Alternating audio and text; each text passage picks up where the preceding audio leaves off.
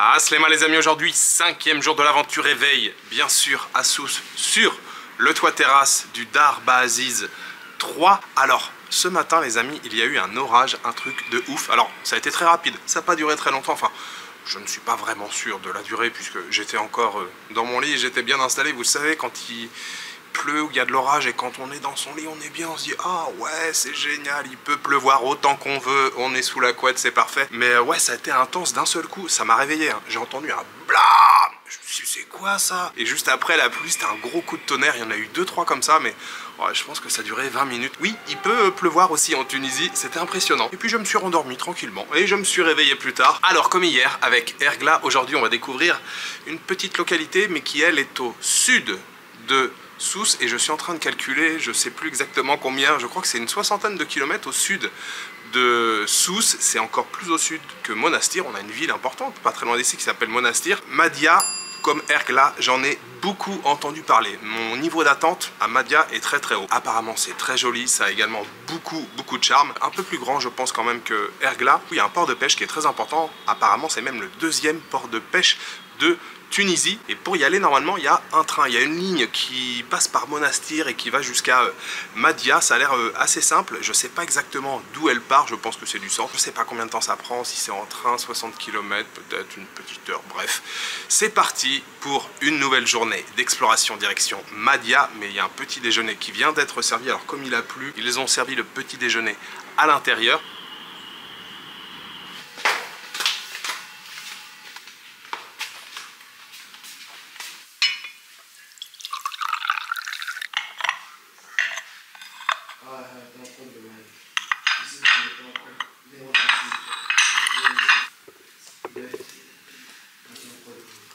Encore une fois, regardez ce joli petit déjeuner. Je mange donc à l'intérieur puisqu'il a plu ce matin, c'était mouillé. Ils ont préparé le petit déjeuner à l'intérieur. On a bien sûr du café. De ce côté-là, on a une petite tarte. On a bien entendu un jus d'orange, un œuf dur. On a le stock de café ici. On a du beurre, de la confiture d'orange. Ça, c'est chamia. Alors ça, c'est comme le halva que je vous ai parlé hier, mais en tunisien, ici, ça s'appelle chamia. Désolé, j'ai oublié le pain. Eh ben non, pas de souci. On a bien sûr le pain qui vient en Tunisie, mlaoui. Mlaoui. La baguette, ici, des pêches avec quelques grains de raisin également. Et puis, cette petite pâtisserie ici, ça s'appelle Yo-Yo. Donc Yo-Yo, chamia, beurre, confiture d'orange. Et puis ici, on a une petite viennoiserie. Je ne sais pas exactement ce que c'est. Ici, c'est le lait, mais je ne consomme pas de lait dans mon café. On a une belle table. Je pense que c'est plutôt pas mal pour commencer cette nouvelle journée.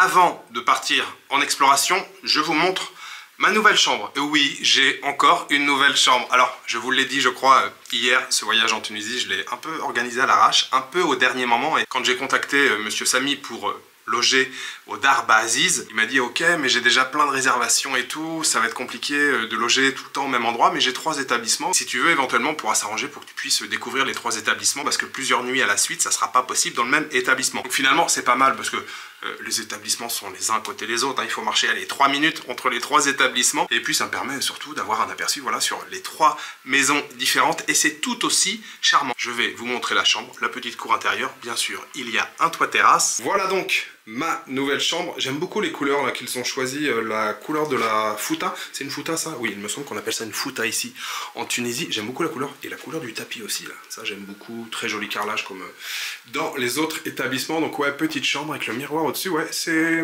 joliment décoré. Regardez ce petit lustre ici là, aussi très chouette. Et là on a comme un petit balcon, même le carrelage. Ouais, elle me plaît beaucoup cette chambre, c'est vrai que c'est très joli, hein. Le carrelage là, il est très beau. Et puis regardez ici, on a comme un petit balcon avec du vert de couleur et une petite vue ici, et bien voilà, sur une ruelle de la Médina. Une petite salle de bain sur le côté avec la douche ici, les toilettes et puis donc le lavabo ici. Et allons découvrir ensemble ce nouveau toit terrasse.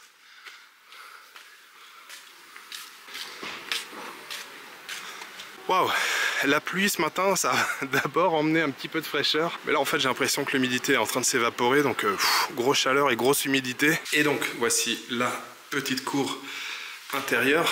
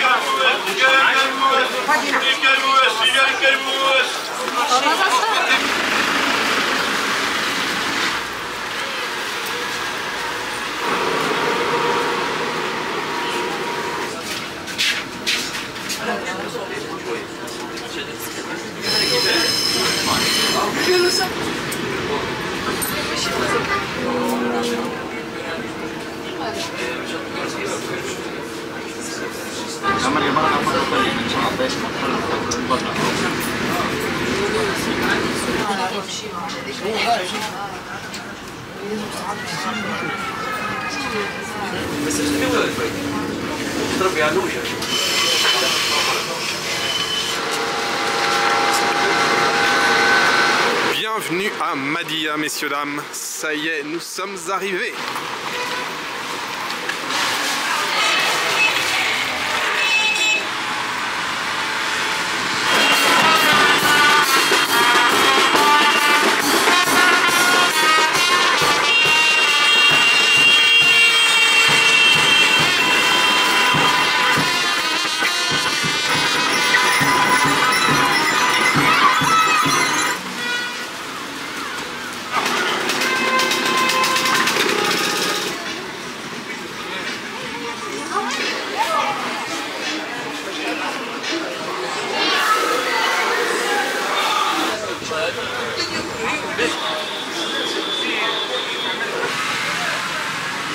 Je viens juste de passer devant un étal d'épices qui est très joli d'ailleurs. Il y a du cumin, il y a de la coriandre et puis on a ici, regardez, la caroube. On en a parlé il y a quelques temps. Vous vous souvenez du boga? Oui, le boga. Et le boga cidre, eh bien c'est fait avec des extraits de caroube. Et bien voilà, la caroube, le fruit du caroubier. Et je viens de demander confirmation. Ces caroubes, elles viennent de Tunisie. C'est de la caroube tunisienne, locale. Et bien voilà, on arrive à l'entrée de la médina de Madiyya. Waouh, ça impose là, on a une grosse porte ici qui marque donc l'entrée de la vieille ville. C'est parti pour une petite exploration.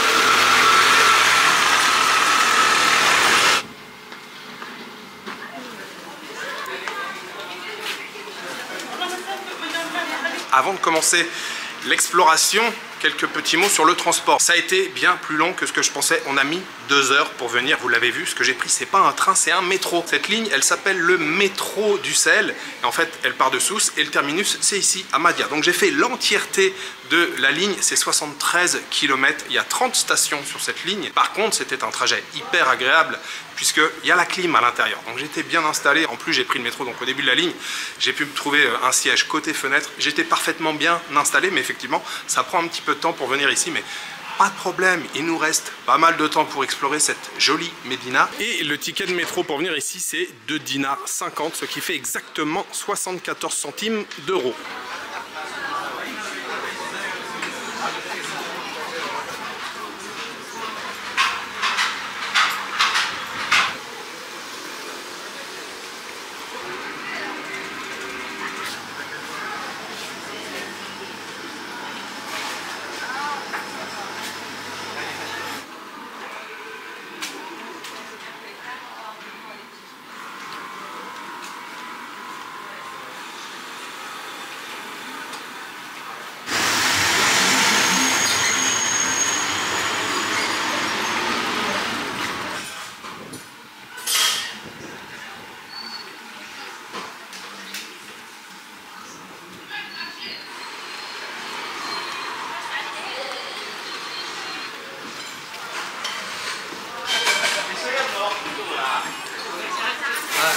Merci madame.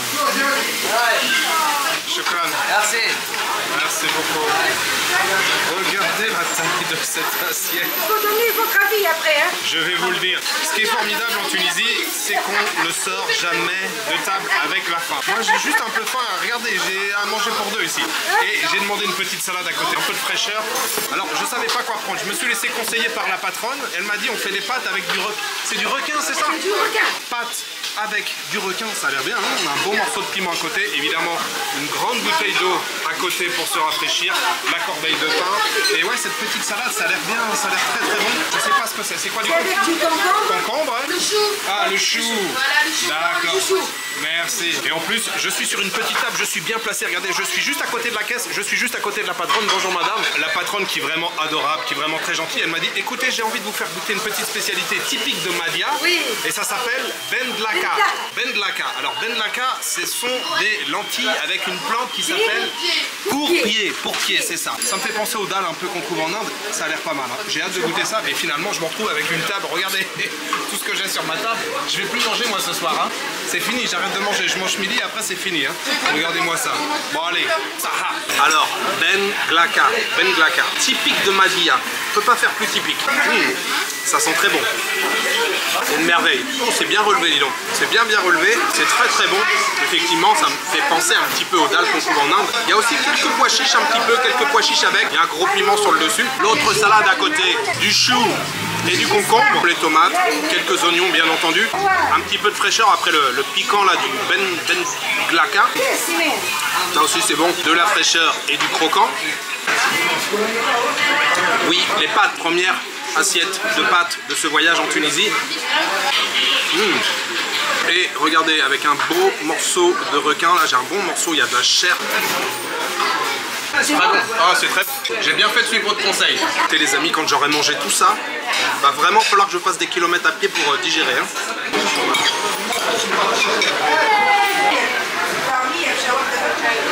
Retenez bien ce nom, restaurant chez Neima. Neima, c'est le fils de la patronne. Franchement, cantine, vraiment super. Excellent accueil. Et ouais, la patronne là, vraiment hyper souriante, très gentille. Et franchement, ce qu'on a dans l'assiette, c'est très très bon. Je me suis régalé.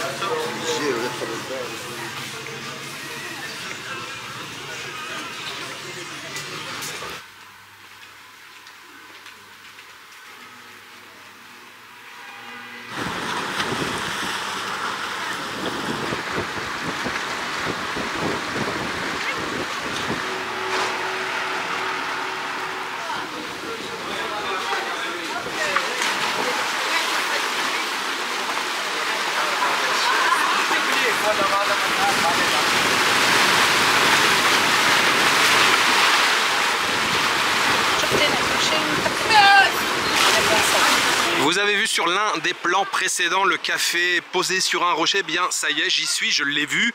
Et bien je suis venu. Et franchement c'est sympa. On est juste au-dessus de l'eau. Il y a des gamins, enfin des ados là qui sont sur le rocher, qui s'amusent à plonger. Je me suis pris un express, un café à 4 dinars. Ben oui, on paye l'emplacement, on paye un petit peu la vue. Mais il y a du vent, par contre il n'y a pas de parasol. Il y avait des parasols derrière moi, là il n'y a plus de parasol sur plein soleil. Mais il y a du vent. Bon, on peut pas tout avoir, hein. Déjà un café et un peu de vent, ça fait plaisir. Le café est plus cher que la moyenne, mais il est très bon. Le repas là, juste avant, vraiment faut y aller. La patronne est trop sympa, j'ai adoré. En général, quand je vois des pâtes, parce que c'est vrai qu'il y a beaucoup de pâtes ici en Tunisie, l'influence peut-être des différentes migrations d'Italiens, hein. Mais c'est vrai qu'en général, quand il y a des pâtes sur un menu, je parle d'ici, hein, de la Tunisie, j'évite d'en prendre. Mais la patronne était trop cool, donc j'ai suivi ses conseils et c'était très bon. Le requin là, c'est pas forcément le poisson le plus savoureux, mais la chair était quand même bonne. Il y avait des bons morceaux de, voilà, de chair blanche, mais comme tout le temps, c'est servi généreusement ici. Et puis ce qu'elle m'a fait découvrir là, bendlaka ou bendlaka, ça m'a beaucoup plu, j'ai beaucoup aimé. J'ai payé au total 18 dinars, ça fait dans les 5,30 € je pense. C'était très bien, mais je suis complètement éclaté. Je m'étais dit ce matin en me réveillant, Aujourd'hui tranquille, je mange pas trop. J'ai déjà pris un petit déj de champion ce matin et là je me claque un gros déjeuner.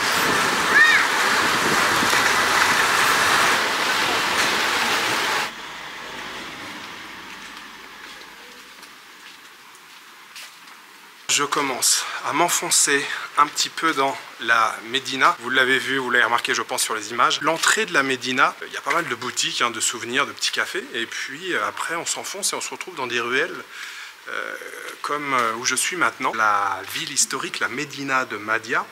Elle est située sur une presqu'île en fait, sur un cap, on appelle aussi parfois Cap Afrique, Cap Africa. D'ailleurs c'est l'un des noms qui a été utilisé auparavant pour parler de Mahdia. On l'a appelé une époque Cap Africa. Et plus on s'enfonce là sur cette presqu'île, et plus c'est calme, et plus c'est tranquille. Et là il n'y a plus de boutiques. Et Mahdia, comme j'ai envie de dire toutes les villes ici en Tunisie, a connu beaucoup de brassages, beaucoup de passages. Les Phéniciens, les Romains, les Italiens bien plus tard. Bien sûr la période ottomane, il y a aussi les Normands qui sont passés là. Bref.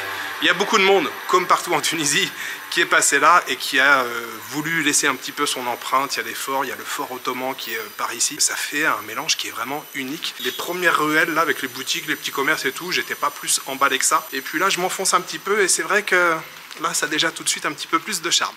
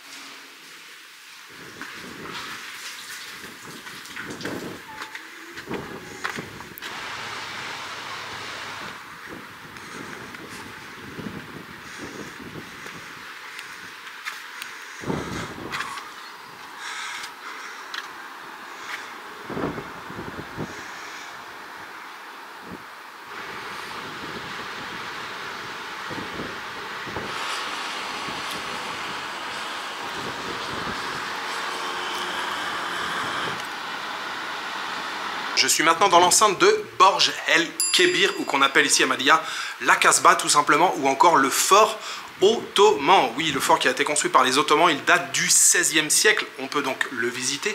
Il y a un ticket d'entrée de 8 dinars, ce qui doit faire dans les 2,40 €. Alors, il y a une grande cour en bas et puis il y a quelques pièces à l'étage avec des panneaux, des informations à propos de la période fatimide. Je vous ai parlé quand je suis arrivé à Mahdia des différentes civilisations qui s'étaient succédées ici. Je n'avais pas mentionné les Fatimides alors que c'est quand même important puisque les Fatimides avaient choisi Mahdia pour capitale. Oui, c'était la capitale du califat fatimide. C'était de 918 à 969. Sinon, la restauration de ce fort, c'est très joli. Là, il est à peu près 16h30. J'ai pas regardé l'heure depuis un petit moment, mais juste à vue d'œil comme ça, je regarde le soleil. Je me dis qu'il est pas loin de 16h30. Le soleil commence à descendre, la lumière commence à être assez douce, assez jolie. Et là, il y a la mer tout autour, c'est très beau et quelques mouettes qui passent au-dessus. Ça vaut le coup, ne serait-ce que pour la vue. Et on a de très très beaux points de vue. Et puis surtout, quand on va de ce côté-là, on se rend vraiment compte de la situation du Cap Africa. On est quasiment au bout du Cap Africa. Au bout du cap, il y a évidemment un phare et il y a un cimetière tout autour en fait. Il y a des centaines de pierres tombales et puis on a aussi pas mal de ruines, de murs. On voit aussi l'ancien port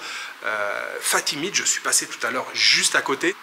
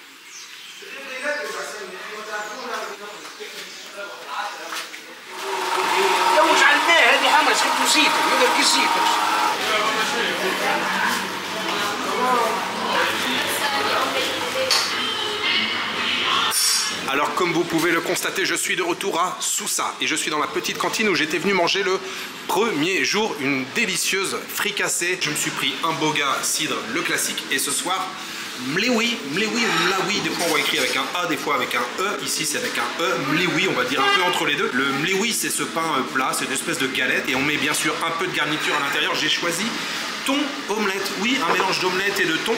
J'ai précisé sans frites, parce que normalement ça c'est servi avec des frites. Alors, qu'est-ce que ça vaut? Thon, omelette. Ah ouais, c'est bon. Ils ont mis des petits oignons rouges avec, bien sûr un peu de harissa, ça picote, c'est bon.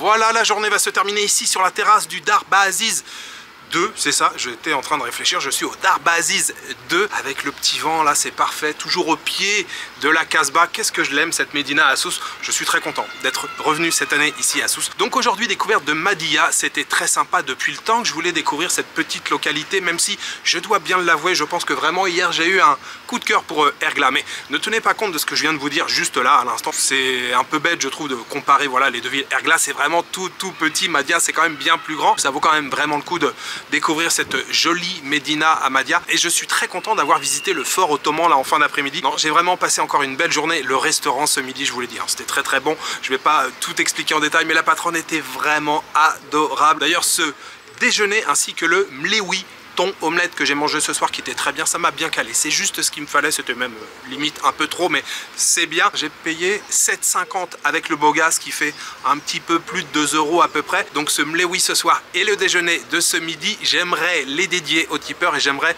remercier aujourd'hui Margot, Léo, Paul, Atreides et Sophie Sampik. Merci beaucoup à vous trois pour votre soutien. Et puis j'aimerais rajouter une autre personne, mais c'est une spéciale dédicace un peu à part. J'aimerais aussi dédier tout ça à Jean-Pierre. Jean-Pierre c'est le père de Morgane. Morgane c'est la petite amie de Benoît. Benoît et Morgane c'est un couple avec qui j'ai beaucoup bavardé à la Japan Expo cette année. C'était il y a quelques semaines, on a passé je sais pas combien de temps à parler ensemble. Et donc Jean-Pierre, je sais que tu ne loupes aucune de ces vidéos. Donc voilà, j'avais envie de te passer un petit message, de te faire une petite dédicace. Donc Jean-Pierre, merci beaucoup pour ta fidélité. Comme d'habitude, si vous prenez du plaisir à regarder ces vidéos, vous savez ce que vous avez à faire. Vous connaissez la musique maintenant, hein. On s'abonne, on laisse un petit commentaire et bien sûr, on met un pouce vers le haut. Voilà, il me reste juste à vous souhaiter une bonne soirée, une bonne nuit ou une bonne après-midi. Je vous donne rendez-vous demain pour une nouvelle journée en Tunisie. Ciao, good night.